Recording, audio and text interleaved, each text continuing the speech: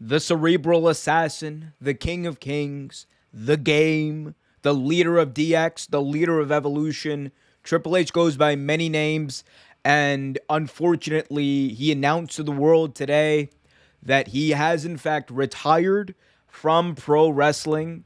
Now, if you've been paying attention to what's been going on over the past, I want to say about a year, you'll have an idea, or you will have an idea about why this is, about why Triple H has taken a back seat in NXT. He really has not been prevalent or present in the product. He hasn't been present on TV, obviously.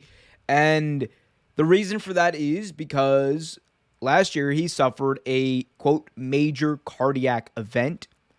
Many people speculated that it was a heart attack, but he revealed today on Steven's A-List show on ESPN Plus that he, in fact, did not have a heart attack.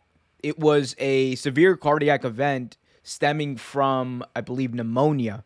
And what ended up happening was there ended up being too much fluid in his lungs and his heart wasn't able to process it. And he was on the edge fighting for his life. And he was very candid about it. He was very upfront about it and open about it as well in the interview. If you haven't seen it, go check it out. There's clips on YouTube. There's clips everywhere. Go on ESPN Plus if you have it.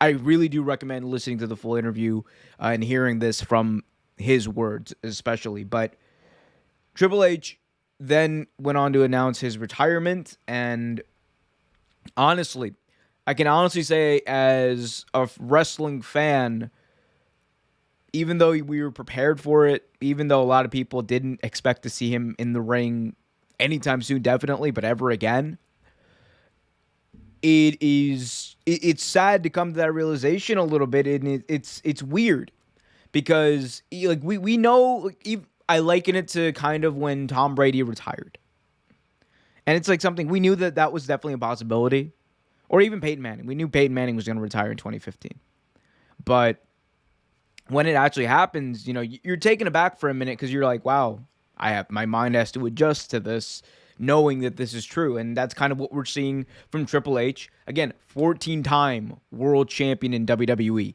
Former Intercontinental champion. The dude's won the Royal Rumble multiple times. He has headlined WrestleMania multiple times. And he also is a guy who he's known for many things in wrestling. He was one of the best performers in the ring. He's one of the best. Say what you want about his I'm the game promos, but he's really good at that, and he could deliver amazing promos. I mean, he delivered a promo back in, I think, 2017. This was when he was in the lead up to WrestleMania in I believe Orlando, WrestleMania 33. He cut a promo in the ring after Seth Rollins had been injured. He was filling time, and he cut. I don't even remember the substance of it. It had something to do with Seth Rollins. Triple H having to try with Seth Rollins so hard, and he just said, "Seth, I'm done trying."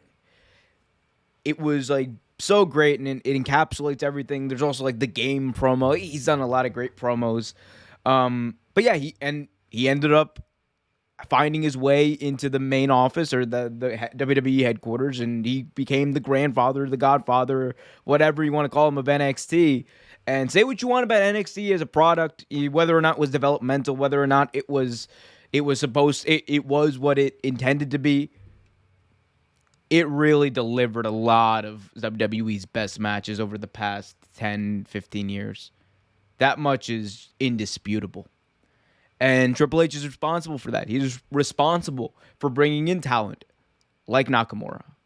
He's responsible for bringing in talent like Adam Cole, Bobby Fish, Kyle O'Reilly, Johnny Gargano, Tommaso Ciampa. That's on Triple H. And to see him retire, to see him now gone, his last match, by the way, there's some speculation going around about this.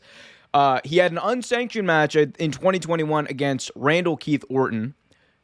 If you take that away, his other last match was also against Randall Keith Orton, or Randy Orton, at WWE show, I think it was Super Showdown 2020.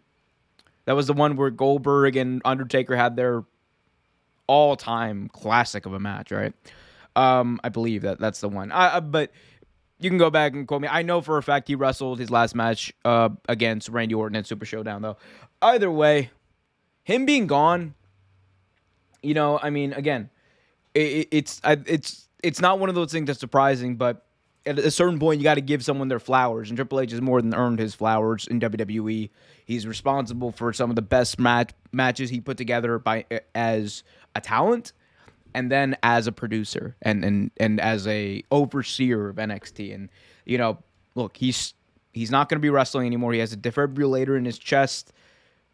He said it's never going to happen. And I know there's a saying in wrestling, never say never. And look, never say never, but I'm like, at this point, he made it very clear his kids are his number one priority, his life, because again, he said there was like a 99% chance that probably would not be here.